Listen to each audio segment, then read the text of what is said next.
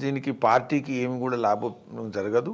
అయితే ఒకటి ఏంటంటే నేను మొదలే చెప్పా, ఈరోజు మహబూబ్ నగర్లో అత్యధికమైన నియోజకవర్గాల్లో, నల్గొండలో పూర్తి అనేక స్థాయిలో నియోజకవర్గాల్లో, ఉమ్మడి వరంగల్లో నియోజకవర్గాల్లో, ఖమ్మంలో అనేక నియోజకవర్గాల్లో, కరీంనగర్లో కూడా అనేక నియోజకవర్గాల్లో మీరు గమనిస్తే బీజేపీ బల ప్రదర్శన జరగలేదు, గెలవలేదు అనేది తర్వాత వచ్చే విషయం.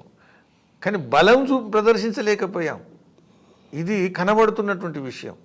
కాబట్టి ఇక మేము గెలుస్తుంటిమి, అయ్యో కొద్దిలో ఓడిపోయినాం, ఇదేంది, ఇది తప్పు సమాచారం, ఇది తప్పుడు ప్రచారం, ఇది కరెక్ట్ కాదు. తర్వాత బలమైన నాయకులుగా, వాక్కున్న నాయకులుగా ఉన్న చాలామంది రాజేందర్ వీళ్ళందరూ కూడా ఓడిపోయారు కదా, మరి ఎక్కడ తప్పు జరిగింది అనుకుంటారు సార్? వాళ్ళు బలమైన నాయకులు కాదు అని అంటే మేమెందుకు వాళ్ళకు తీసుకున్నాం, కాబట్టి బలమైన నాయకులనే భావిస్తున్నాం.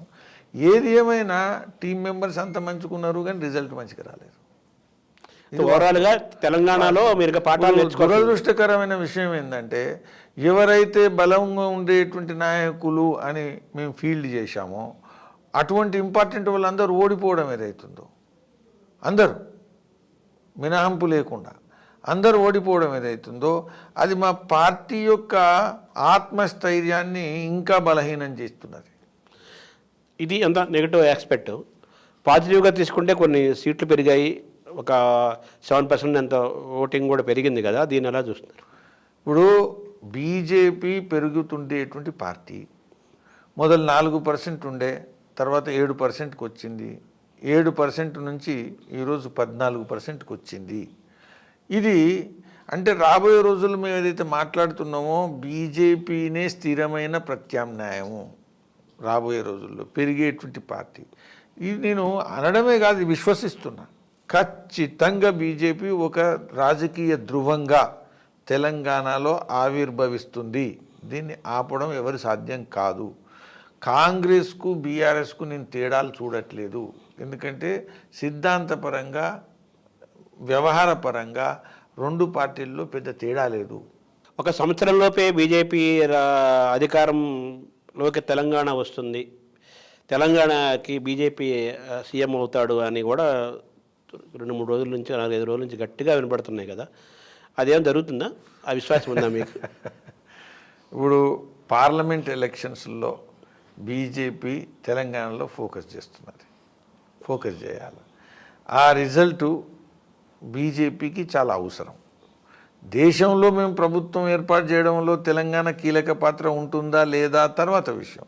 కానీ బీజేపీకి తెలంగాణ ఎన్నికల్లో, పార్లమెంట్ ఎన్నికల్లో గెలుపు ఏదైతుందో ఈ తెలంగాణ రాష్ట్రంలో బీజేపీ భవిష్యత్తు యొక్క నిర్ధారణ చేయబోతున్నారు. అంటే ఒక సంవత్సరంలో బీజేపీ చేతిలోకి వెళ్ళిపోతుంది తెలంగాణ అనే నిలబడుతున్న మాటలకి మీరు ఇచ్చే సమాధానం ఏమైనా ఉందా సూటిగా? ఖచ్చితంగా పార్లమెంటు రిజల్ట్ అనేది మాకు ఇంపార్టెంట్ అని. రేపు జరగబోయే ఎన్నికలు, లోక్సభ ఎన్నికలు సరిగ్గా 4-3 నెలల్లోనే లోక్సభ ఎన్నికలు జరగబోతున్నాయి. సరే, నాకు ఉన్న సమాచారం కానీ బయట ఉన్న ప్రచారం కానీ మీరు ఈసారి డైరెక్ట్గా ప్రత్యక్షంగా మీరు నిల్చోబోతున్నారని కూడా బాగా గట్టిగా వినపడుతున్నాయి, లోక్సభ కానీ వినపడుతున్నాయి. అది కరెక్టే అయిన వాస్తవమేనా?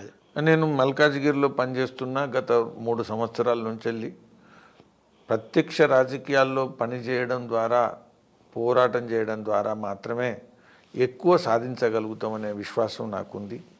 నేను పోటీ చేస్తాను అనేటువంటి అభిప్రాయాన్ని, అభిమతాన్ని, నా ఇష్టాన్ని నేను కేంద్ర నాయకత్వానికి చెప్పడం కూడా జరిగింది. నేను ఆ విధంగా ముందుకు పనిచేస్తున్నా. కాబట్టి ఈ విధమైనటువంటి ప్రచారం జరుగుతుంది, ఈ విధమైన అభిప్రాయం ఉంది అంటే కరెక్ట్ అభిప్రాయం ఉంది, దానిలో ఏం తప్పుడు అభిప్రాయం లేదు. మల్కాజ్గిరి నుంచి మీరు రేపు జరగబోయే లోక్సభ ఎన్నికలకి మీరు అభ్యర్థిగా, లోక్సభ అభ్యర్థిగా బీజేపీ నుంచి నిలుచున్నారని క్లియర్. నేను ఈ విధంగా మాట్లాడుతున్నా, తిరుగుతున్నా, కష్టపడుతున్నా. ఇప్పుడు రేవంత్ రెడ్డి ఇప్పటిదాకా ఎంపీగా ఉన్నారు, ఇప్పుడు ఆయన ముఖ్యమంత్రి కూడా అయ్యాడు.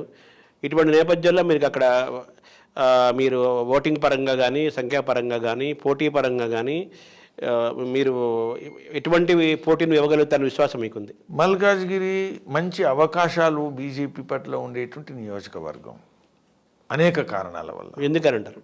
అది అనేకమైనటువంటి, అంటే అక్కడ బీజేపీకి బలంగా ఉండేటువంటి ప్రాంతాలు చాలా ఉన్నాయి. కార్యకర్తల బలము సంస్థాగతంగా బాగుంది.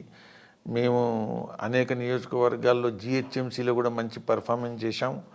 అదేవిధంగా ఇప్పుడు మీరు డెమోగ్రఫీ కనుక చూస్తే తెలంగాణ నుంచి వచ్చేటువంటి ప్రజలు, ఆంధ్రప్రదేశ్ నుంచి వచ్చే ప్రజలు, పూర్తి సంపూర్ణ భారతదేశం నుంచి వచ్చే అన్ని రాష్ట్రాల నుంచి వచ్చేటువంటి ప్రజలు అందరూ కూడా ఈ యొక్క నియోజకవర్గంలో ఉన్నారు. చాలా దేశంలోనే పెద్ద నియోజకవర్గం. కాబట్టి నరేంద్ర మోదీ గారి పట్ల, బీజేపీ ప్రభుత్వం పట్ల సానుకూలత ఈ నియోజకవర్గంలో ఉంది, పొందొచ్చు అనేటువంటి నమ్మకం బీజేపీ నాయకత్వానికి ఉంది.